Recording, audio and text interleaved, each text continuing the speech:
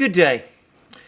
In several programs that I've done for this channel, I have commented about how the Western powers, or at least Western governments, appear to be testing to destruction the famous principle misattributed to Euripides, that those whom the gods destroy, they first make mad. I say that because how else can you explain some of the recent very strange moves that we have been seeing coming out of Western governments at the moment? For example, the new German foreign minister, Annalena Baerbock of the Green Party, has already managed single-handedly to increase the price of gas by 5.5% to $1,428 per 1,000 cubic meters as of 7:04 a.m. GMT, by giving a disastrous interview in which she said that the certification of Nord Stream 2 was being delayed because of issues with EU law. That is actually true. And then by bringing in the topic of Ukraine and giving the impression that its certification is in some way being delayed or postponed in order to exert leverage over Russia in connection with the crisis in Ukraine.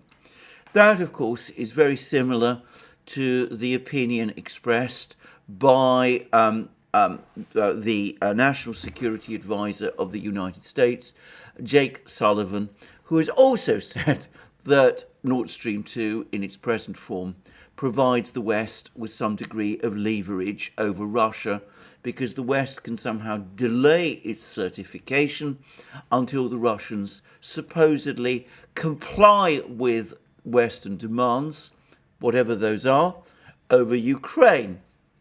Now, the fact that it is actually German and European consumers who are paying these high prices for gas, and that the Russians are actually making an even bigger profit as a result of the higher prices for gas that this delay in the certification of Nord Stream 2 is creating, that doesn't seem to occur to these people.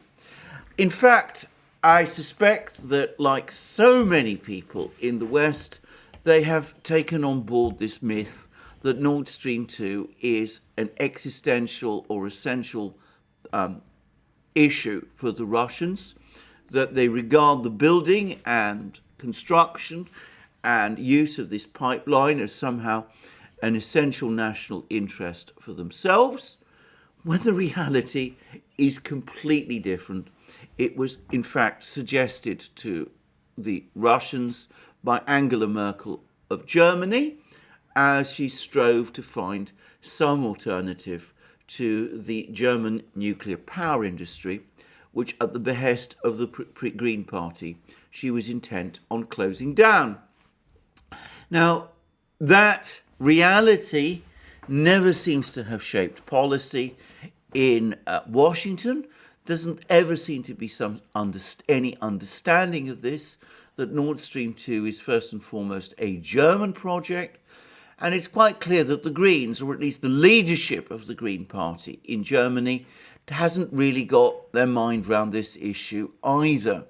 So we have Annalena Baerbock making comments that might suggest that the opening of Nord Stream 2 might be suspended or postponed indefinitely, apparently oblivious or callous to the fact that it is German consumers, industrial and private, and of course European consumers also, that are as a result actually paying the price in higher gas prices. I suspect, by the way, that Annalena Baerbock's days as Germany's foreign minister may not be especially long. She already comes across to me as one of those people, rather like Jake Sullivan and Antony Blinken in the United States, with minimal actual foreign policy experience. In fact, looking at her resume, I can't find any evidence of any foreign policy experience whatsoever, somebody whose entire career was spent in various expensive educational institutions and also acting as a political advisor to various German MPs, and with a brief stint as a journalist.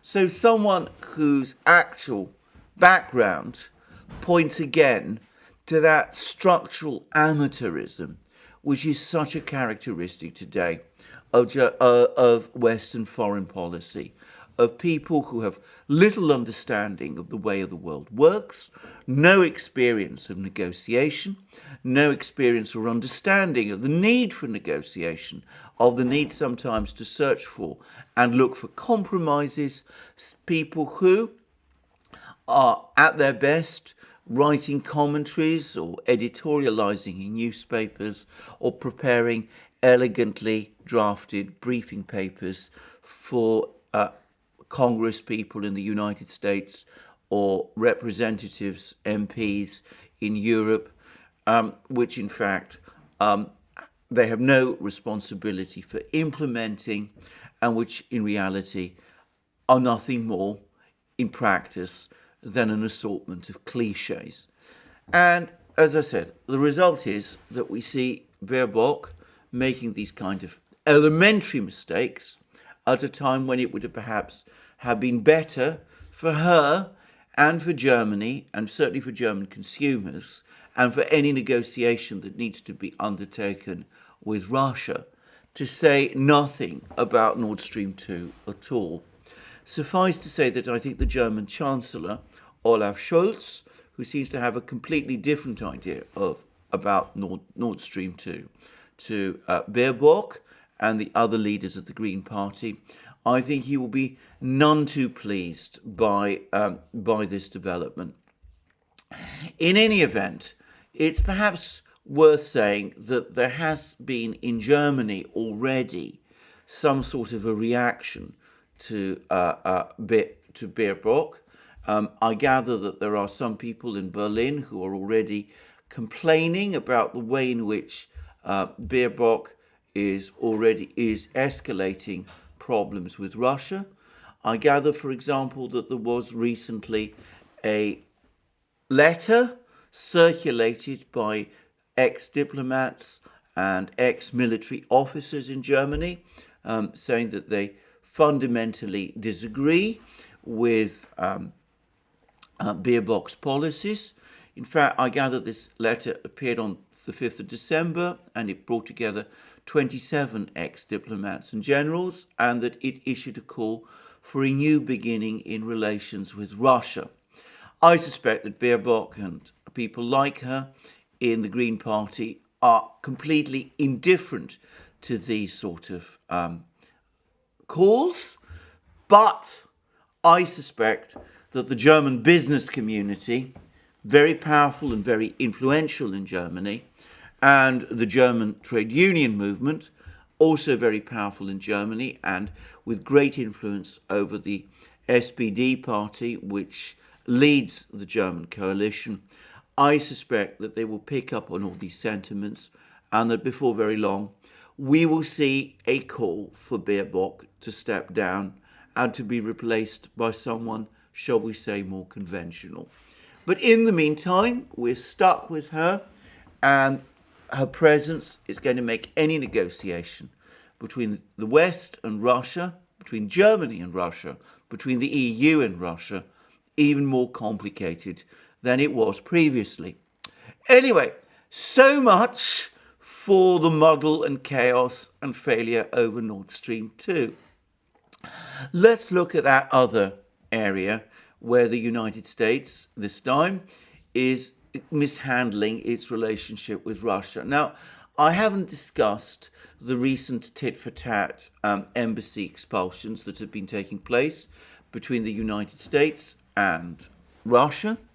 What I would say is that this extraordinary pattern of tit-for-tat expulsions actually began in the second half of 2016, to be precise, after the 2016 presidential election, when President Obama of the United States decided to expel a large number of Russian diplomats from the United States by way of punishment for alleged Russian meddling in the US presidential election of that year.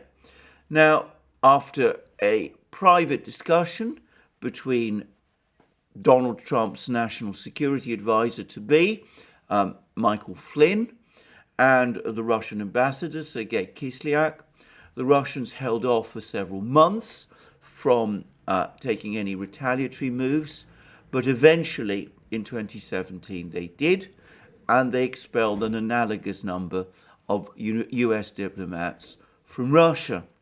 Since then, the United States has continued to play this game of expelling Russian diplomats from the United States, and there doesn't seem to be any way of ending this process or getting off this particular escalator. And one of the most puzzling and indeed bizarre aspects of this is that, of course, the original expulsion, the one ordered by Barack Obama back in 2016, was rationalized as punishment for Russia because of Russian meddling in the 2016 presidential election. But the latest expulsions that are taking place in the United States, further expulsions of Russian diplomats, are now rationalized on an entirely different basis. They're rationalized on the basis that the United States needs to expel more Russian diplomats from the United States in order to force the Russians to ease off their pressure on the US embassy in Moscow. And bizarrely, about a week ago, there was even an article in the Washington Post which claimed, entirely falsely, but on the strength of the usual anonymous officials, that this rather strange tactic was actually working, that the Russians and the United States had come to some kind of understanding about the respective embassy expulsions, that there'd been a breakthrough in this issue, with the Russians presumably making the concessions. And this was, as I said, published in an article in the Washington Post. And of course, the Russians read this article and denied that it was the case, with the Russian ambassador to Washington, Mr. Antonov, saying that he knew absolutely nothing about it, and with other Russian officials saying that they didn't know anything about this supposed agreement or breakthrough either. It was clearly an attempt. This article in the Washington Post, dropped by some anonymous official, was clearly an attempt to try to get the Russians to the negotiating table on this issue, to make some kind of concessions so that something could be done to retrieve the US embassy in Moscow, and to get it back into some functional form. Well, as we have now consistently seen in every area of diplomacy where Russian and US interests, or shall we say policies or strategies, collide with each other, the Russians for the moment are in a completely uncompromising move, and this particular ploy failed, and failed completely. Now, Anatol Lieven, that most insightful of British scholars and journalists discussing the US-Russia relationship and the general Western-Russia relationship, he's actually done a brilliant article on responsible statecraft over the tit-for-tat embassy expulsions. And it's not behind a paywall, but I'm not going to read it all, but I will read some parts of it. And here are some of the things he says. Official US behavior towards Russia is suffering from a pretty acute case of what might charitably called obsessive compulsive disorder. As a result of this affliction, it has often lost touch not only with basic strategic common sense, but with the overall goals and strategy of the current US administration. The latest manifestation of this has been the US refusal to extend the visas of Russian diplomats in Washington, which this week naturally and inevitably led to a new round of tit-for-tat expulsions of US diplomats from Moscow. As a result of an escalating cycle of retaliation in recent years, the US Embassy in Moscow is now the only US diplomatic presence in the country, and the number of its staff is barely 1/10 of its previous figure. Whilst being unwilling to seek any real compromise with Russia, President Biden and his team are clearly anxious to avoid new crises if possible, and there are the most obvious and sensible reasons for this desire. The administration has made the challenge, whether real or imagined from China, the core of its entire global strategy. Any new confrontation with Russia would be a colossal distraction from this strategy and would in fact be a magnificent strategic gift to Beijing. In these strategic circumstances, the obvious course for America would be to carry out the opening to China of the 1970s in reverse and aim for a grand strategic compromise with Russia that would neutralize US-Russian tensions and split Moscow from Beijing. Even if such a move is beyond the vision and moral courage of US leaders today, at the very least, one would expect that US policy would avoid all purely gratuitous and unnecessary gestures of hostility towards Russia, especially when these are absolutely bound to provoke an equal Russian response. Yet, since the Biden administration took office, efforts to diffuse tension with Russia have been interspersed with episodes of insulting language, symbolic affronts, and meaningless but deeply provocative statements. It is as if the US establishment simply cannot control itself when it comes to jabbing at Russia. Recent expulsions of Russian diplomats by the United States and the solidarity expulsions of Russian diplomats by several NATO countries and by NATO headquarters in Brussels are a particularly new and dangerous departure in the practice of diplomacy. Previously, the expulsion of diplomats was tied to particular concrete instances of espionage or other actions incompatible with their diplomatic status. Russia, while in accordance with international tradition, it has engaged in retaliatory expulsions of Western diplomats, has only initiated expulsions in response to what it has claimed have been specific instances of espionage. Increasingly, however, Western states have turned expulsions into general retaliation for real or alleged Russian misbehavior or actions of solidarity with other NATO states that have expelled Russian diplomats for spying. The US Senate has played an especially irresponsible role in this regard, with the bipartisan suggestion in October that the Biden administration expel 300 Russian diplomats if Russia did not grant more visas to US diplomats. Since Russia would undoubtedly retaliate in kind, and since there are now only 120 US diplomats in Moscow, it might have been a good idea if the senators had used a pocket calculator before issuing this statement.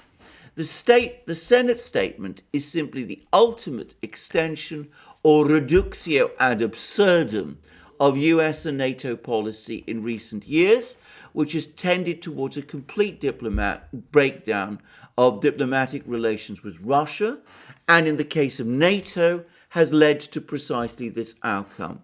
The result is to damage or eliminate precisely those lines of communication which it is essential to keep open if minor incidents are to be prevented from escalating into major and unnecessary crises. And then, coming back to my frequently used comment about whom the gods destroy, they first make mad, Levin rounds off this article with these words: if these moves were part of a US-considered strategy, they would be deeply foolish and reckless. But at a time when the US leadership actually wants to reduce tension with Moscow, they verge on the insane.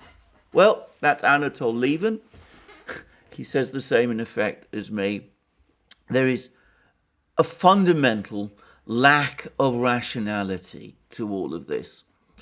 Well, we are starting to see, I think, as I said, some pushback. I already mentioned that letter circulated early in December by 27 ex-diplomats and military officials in Germany, saying that this policy embraced by German Foreign Minister Baerbock of confrontation with Russia is at best a dead end, and at worst a reckless and potentially catastrophic folly. And we also see increasing pushback from some people like President Macron of France. He's said to be preparing some kind of diplomatic initiative of his own with the Russians and Ukrainians. He's made a recent outreach, very interestingly, to Viktor Orban of Hungary, trying to pursue his project of a European army, partly as a restraint, as an alternative, I suspect, to NATO, which he has pronounced brain dead. And he has apparently made it fairly clear that he thinks this policy of confrontation that the West is following with Russia over Ukraine is folly. I am no admirer of President Macron. I consider him vain, conceited, arrogant, and far from as clever as he appears to be. But in a political landscape populated with people like Baerbock, he does sometimes come across as a voice of reason and sense. I understand that Olaf Scholz of Germany is also becoming increasingly concerned at the way in which the whole situation seems to be spiraling out of control. I've said, for example, that the German trade unions have great influence over the SPD, and they will certainly not be happy at further moves to raise gas prices that are going to be put increased pressure on German industry.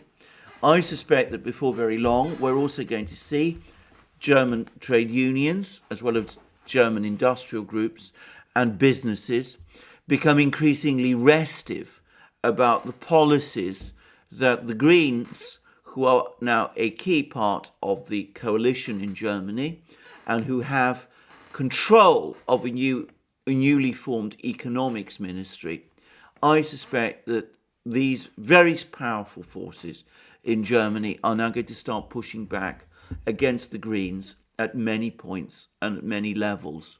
In fact, I would not be surprised if we see this new German coalition disintegrate perhaps more rapidly than many people expect or imagine. But anyway, importantly, it seems that at a follow-up G7 meeting, which took place a few days ago, the Germans and the French essentially refused to sign off against the new dramatic sanctions package that the US and Britain were trying to impose on everybody. And the result is that there's not been any particular agreement or discussion about anything very much, and any program yet for what to do with respect to the demands from Russia for an end to eastward expansion and over the standoff in Ukraine. In fact, there's already been a comment about this in the British media from the Daily Telegraph. They've actually editorialized about the G7, and they say the following: Putin and Xi won't lose sleep over the G7.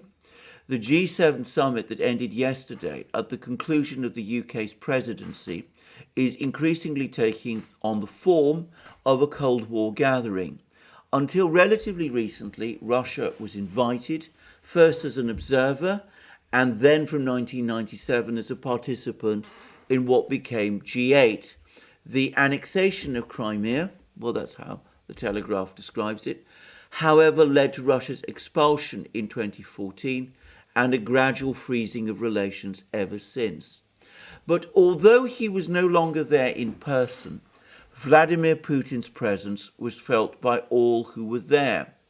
The revanchist saber rattling by Russia, well, again, that's how the Daily Telegraph describes it. The Russians obviously describe it differently. Over Ukraine has prompted the Western democracies to warn Moscow of dire consequences should there be an invasion. Liz Truss, the Foreign Secretary, that's the British Foreign Secretary, has said such a move would be a strategic mistake, though it is not clear what could be done to stop it beyond the threat of yet more sanctions when the existing ones have made little difference. Well, those are the words of the Daily Telegraph, not mine. It is not clear what could be done to stop it. Nothing, in fact, beyond the threat of yet more sanctions when the existing ones have made little difference. That's the Daily Telegraph. For all the talk of a common front against Russia, the G7 could not agree on a specific course of action beyond rhetoric. What is happening to the Nord Stream 2 gas pipeline, bringing gas to Germany, for instance? And there we go. So, in fact, there was no sign-off on sanctions at the G7, no real agreement or consensus about anything, no sign of any move to acknowledge formally Russia's red lines, to agree the kind of treaty that the Russians are looking for, ending the eastward expansion of NATO, but no desire for a conflict with Russia either. In other words, a situation of paralysis, what people in Greece call stasis. I wonder how long this can be sustained. The Russians have already made it very clear, I discussed this in a recent program, that before very long, what they're now demanding, an agreement that NATO should not be extended eastward, and that there should be a treaty to that effect.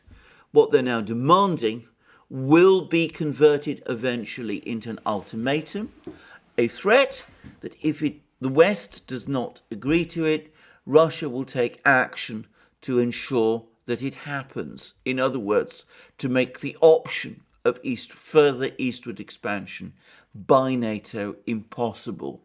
And I have no doubt at all that the Russians have worked out a plan for what they're going to do should that situation arise. And by the way, on the topic of collusion between China and Russia, I have no doubt that they have discussed this plan with the Chinese leadership, and that the Chinese leadership has, provided certain conditions are met, said that it agrees with it and would support it. So there we are, a situation where the West cannot move forward, cannot move back, it can't confront Russia, it understands that its sanctions threat is ultimately a hollow one which could easily backfire, but what a situation where, as the episode with Baerbock and her comments about Nord Stream 2 and the battle over the diplomats and the various diplomatic expulsions show, the Western powers are unable to move back either. All they can do for the moment is signal to the Russians that they're prepared to talk without making it clear what those talks are supposed to be even about. Well, it's not all bad news. There's been one piece of information which might suggest that perhaps in this conflict between the neocon hardliners and the people you might describe as the realists, it is the realists who are perhaps starting to win some ground. Because we've learnt that the hardline, ultra hardline, neocon NATO Secretary General Jens Stoltenberg, who cannot make a comment which doesn't in some way aggravate relations between the West and Russia, that he is now looking for a new job. In particular, the job he is looking for is governor of Norway's central bank. He's due, I should say, to retire from NATO anyway in autumn 2022. But the indications apparently are that he's hoping to retire early and to take this job as governor of Norway's central bank in May. Now, that means that we're still going to have him for the next couple of months, assuming, of course, that he gets this job, but at least it will mean that after May, he's out of the way. Though I have to also say that the practice in the West is that we tend to replace one hardline neocon Secretary General of NATO with another, and perhaps we shouldn't take out the champagne corks until we know who's going to succeed him. But the fact remains that Stoltenberg has been making one disastrous comment after another. His famous comment, his recent comment, for example, that Russia had no right to a veto and no right to a say over Ukraine's membership of NATO, was undoubtedly one which would have raised hackles and created a great deal of aggravation in Moscow, and which, as the Russians have pointed out, is actually contrary to international law, which requires that, at least in Europe, no state should seek security at the expense of another. Anyway, following his perennial, even compulsive habit of making these sort of comments, it seems that someone perhaps has had a word in Stoltenberg's ear and perhaps suggested to him that perhaps it's time for him to move on. Well, we'll see who takes over, whether perhaps it might be someone, a recent retiree, Angela Merkel, who's just ceased to be Chancellor of Germany. I mean, she could be, I suppose, one possibility, but it might be someone else. We shall just have to wait and see. But regardless of who it is, I, for one, will be glad to see Stoltenberg go, and it does seem that one hardline neocon is at least starting to depart the scene, and that can only be in itself a good thing, though I have to say it is remarkable and rather painful to see how the job of a central banker is now increasingly becoming the retirement home for failed Western politicians. Anyway, there we are. This has been a relatively brief video from me today, summarising the situation. More from me soon as things begin to move forward. I suspect that we're now going to have a relatively quiet period on the Russian, US, Russia-NATO front in the run-up to the Christmas holidays, but then you never know. Things might blow up unexpectedly in all kinds of ways over the next few weeks. We'll just have to wait and see. I suspect that this crisis will come back in massively renewed form in January, and we will see what happens then, especially with the energy situation in Europe.